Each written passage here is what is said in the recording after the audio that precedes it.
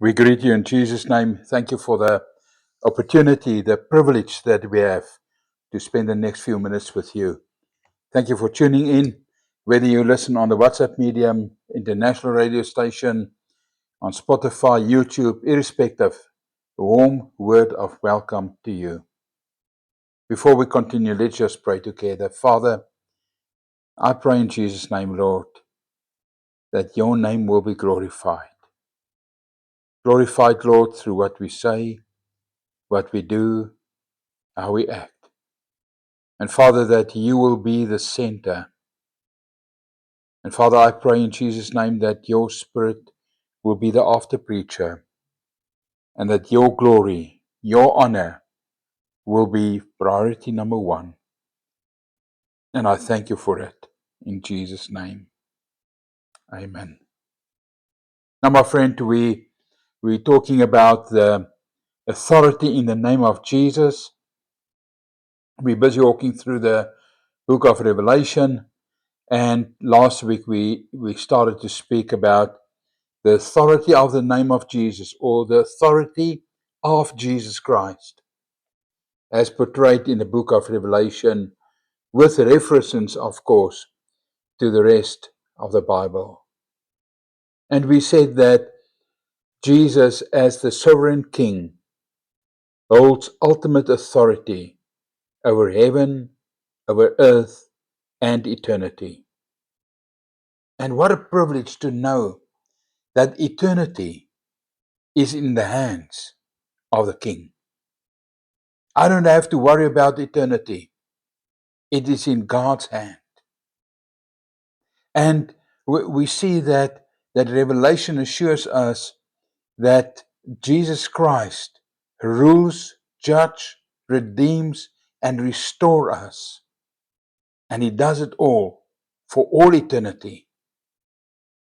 So with that in mind, we look at the authority of Jesus Christ. And the first point that we looked at was Jesus' authority is in his identity, exactly in who he is. Now today I want to look at the second pointer of Jesus' authority, which is in his resurrection. Revelation 1 verse 17 to 18 says, I am the first and the last, and the living one. I died, and behold, I am alive forevermore, and I have the keys of death and Hades. What a statement. We said that Jesus' authority is in who he is, and Jesus' authority is in his resurrection. You know, there's so many religions throughout the world.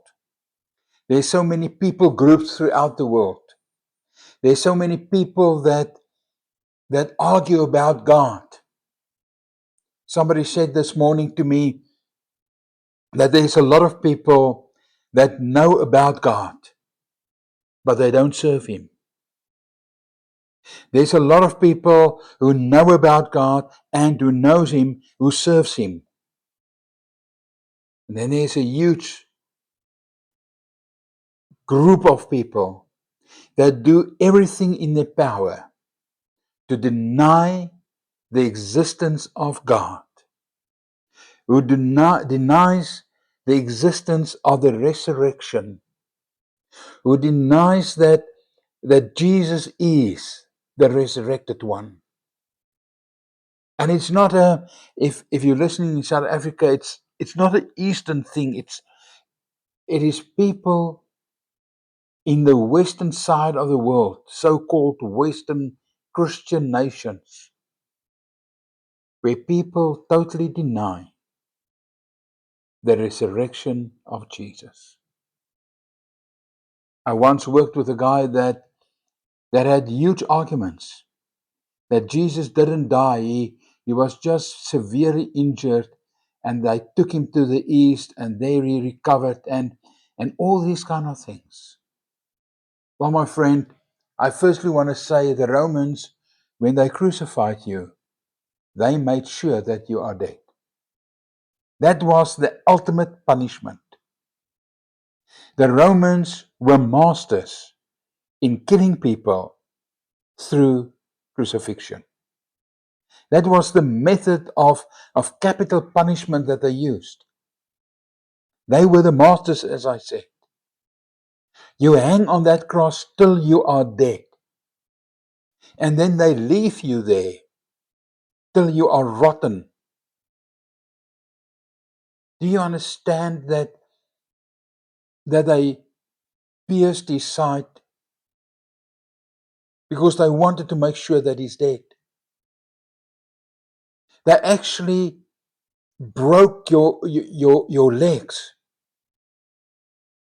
if you didn't die quick enough. Do you understand why Jesus' body was buried? Where special permission was given for his body to be removed from the cross.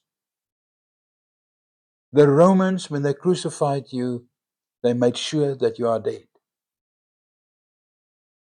Now, my friend, the Bible says, the morning of the third day, the woman went to the tomb to see to the body of Jesus. And when they came there, the grave were empty. The Bible says that Peter and John ran and they found the tomb empty. The Bible says that Jesus appeared to the disciples in the upper room and the tomb was empty. The Bible says that before Jesus' ascension, more than 500 people witnessed Jesus' resurrection and the tomb were empty. Jesus rose from the grave. And that is his authority. That's why he can say, I have the keys of death and Hades in my hand. I hold the ultimate authority over life and death. Not only because of who I am, but because I rose from the dead. Because I am alive. He says, I'm the firstborn. Paul says in 1 Corinthians 15 that on that day, the dead in Christ will rise. And then the rest. Why? Because Jesus rose from the dead. In fact, in verse 19 of 1 Corinthians 15, he says, if we only trust in this life on him, we are to be pitied. Because Jesus rose. He is alive. He's seated at the right hand of the Father, interceding for you and for me. Matthew 28 verse 18 says, all authority in heaven and on earth has been given to me. Philippians 2 verse 9 to 11, God is exalted Jesus above every name after his obedience unto death. Jesus rose from the dead. So the authority of Jesus, firstly, is based on his resurrection. The authority of Jesus is based on his divine authority as creator. That was the first point. Because he's the creator. The second point is Jesus' authority is based in his resurrection. And then Jesus holds authority in heaven. Because the Bible says in Revelation 5, verse 5 to 7, worthy is the Lamb. Only Jesus, the Lion of Judah, the Lamb who is slain, is worthy to open the scroll that contains God's plan for history. Revelation 5, verse 12 to 13, creation worship him and says, worthy is the Lamb who was slain to receive power and wealth and wisdom and might and honor and glory and blessings. He is worthy because he is the Lamb of God. John 1 verse 29 says, Jesus is the Lamb who take away the sins of the world. Daniel 7 verse 13 to 14 says, the Son of Man is given dominion, glory, and a kingdom that shall never be destroyed. The earthly kingdoms will come and go. The superpowers, so-called, in this world will come and go. Today, as we speak, we might say that America is the superpower in the world. They can fall within 1 second. Today, we say in the day and age that we live, that the Middle East holds the authority and the power over oil and crude oil and the resources in that area. It can change within 1 second.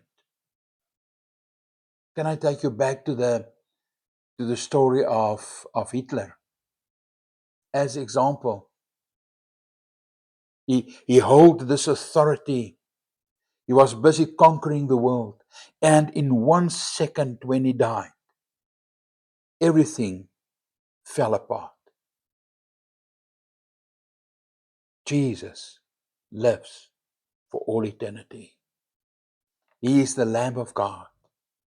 He is the one that says, I am who I am. Jesus' authority is over angels and heavenly armies. In Revelation 19, we see that Jesus is the one, the rider on the white horse, the true and faithful one. And he's leading the armies to conquer the nations. Matthew 26, verse 53, Jesus is declared that he summoned, or that he can summon 12 legions of angels. 2 Thessalonians 1 verse 7 to 8 shows us that he will return with mighty angels in flaming fire to judge. My friend, can we still wonder if there's authority in Jesus and what his authority is? You see, throughout the Old Testament and throughout the New Testament and the New Testament area that we're living in, we live under, we read, we experience, we minister on the authority of Jesus. But one day when the last trumpet sounded in the new Jerusalem, on the new earth, Jesus will be the ruler for all eternity. And my friend, do we understand that portion of scripture that says, every knee shall bow and every tongue shall confess that Jesus Christ is the Lord and the Savior? Because he is the King, because he holds the authority, because nothing can stand against him, because he speaks and the nations listen, because he points his finger and things happen. I can just wonder what went through the minds of the disciples as Jesus said to them, all authority has been given unto me. Listen, this was before his crucifixion. This was after his crucifixion. This was when he rose from the dead. Before he ascended to heaven, he said, all authority is given unto me. They've experienced it. They lived with Jesus. They heard the words. They experienced Jesus. They saw him on the cross. They saw him glorified. They saw him resurrected. They spent the 40 days with him. They realize that this is the King. This is the one that says, I hold the keys of death and Hades. Are you still worried today? Are you still concerned today? Is the future just still a worry issue for you? Is the future still a blank in your mind? Are you worried about eternity? Are you worried about heaven and hell? Are you worried about what's going to happen to your children? Are you worried about what's going to happen in the world? Jesus holds the keys. The authority of the future is in Jesus' hand. He is the rider on the white horse. Jesus' authority is over nations. Revelation 11:15 says, the kingdoms of this world has become the kingdom of our Lord and his Christ, and he shall reign forever and ever. Look at Psalm 2, verse 7 to 9, where God declares his Son will rule over the nations with a rod of iron. Can we still worry about these things? Yes, we are concerned about the future, and yes, we are concerned about our families and so on. But today I want to encourage you with these words. Jesus holds the future. His authority is in that he is not only the one having the authority because he's the creator, but he holds the future. His authority is that he holds the future. And can I take you again to Romans 8?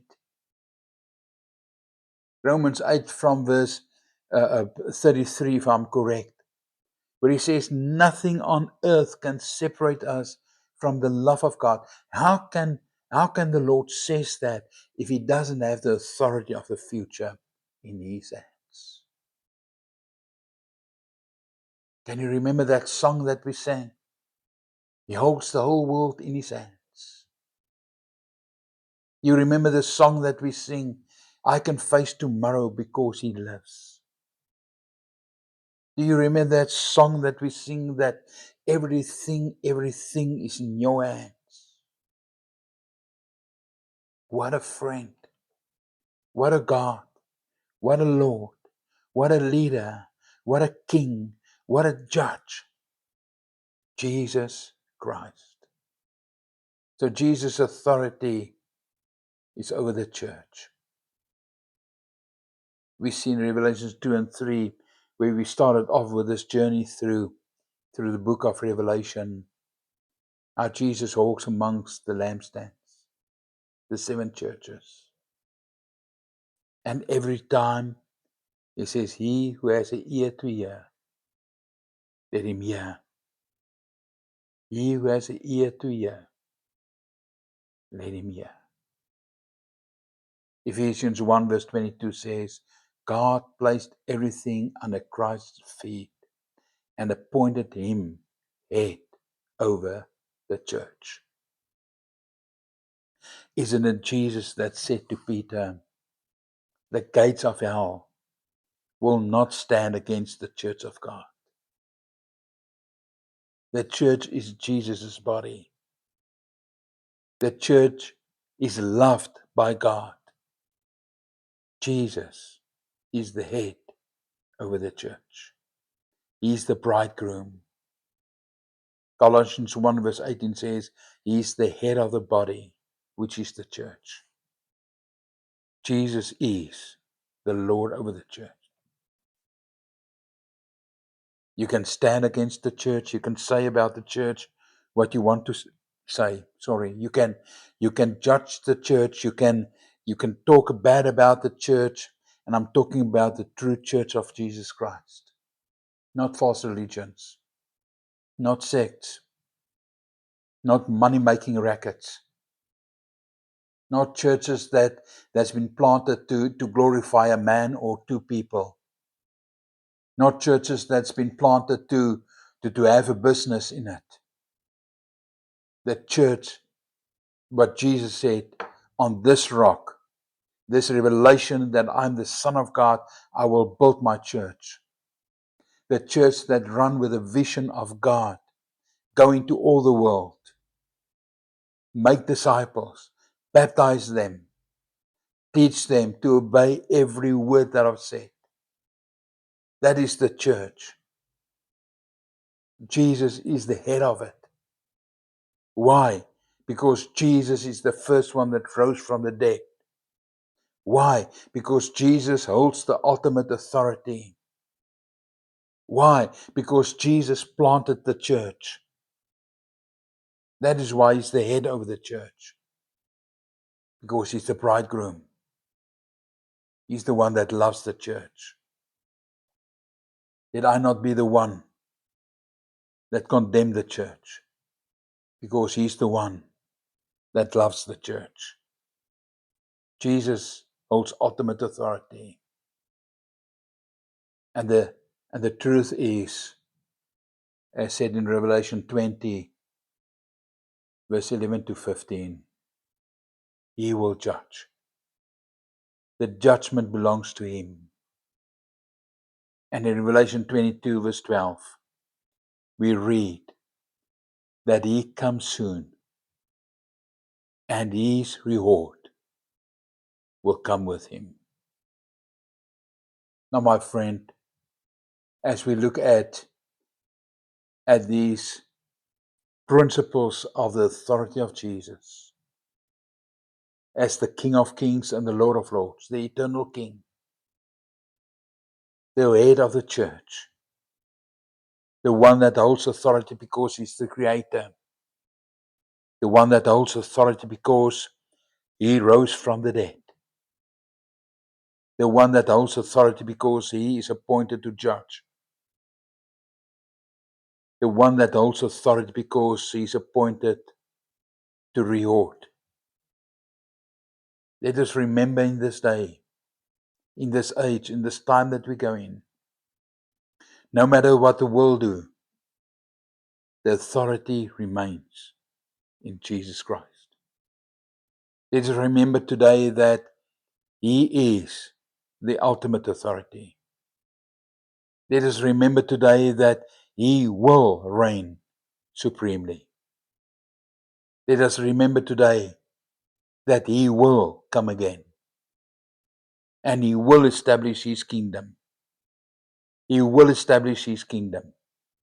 No matter what you do, no matter what I do, no matter my arguments, no matter my cleverness, no matter what I say from public pulpits and public platforms, no matter my arguments, he is the one that holds the ultimate authority in heaven and in earth and under the earth, in all creation.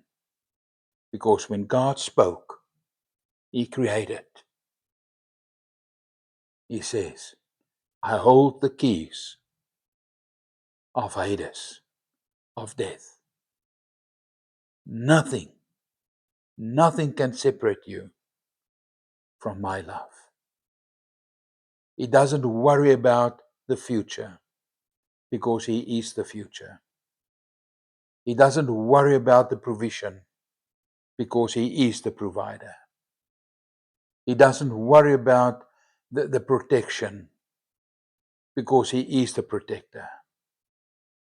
He is the ultimate, all glorious, all powerful, eternal King, Jesus Christ, our Lord and our Savior. May you be blessed. May his grace and his mercy, his wonderful peace be your part. May you experience in this time his love, his mercy, and his grace till we speak next week. Shalom.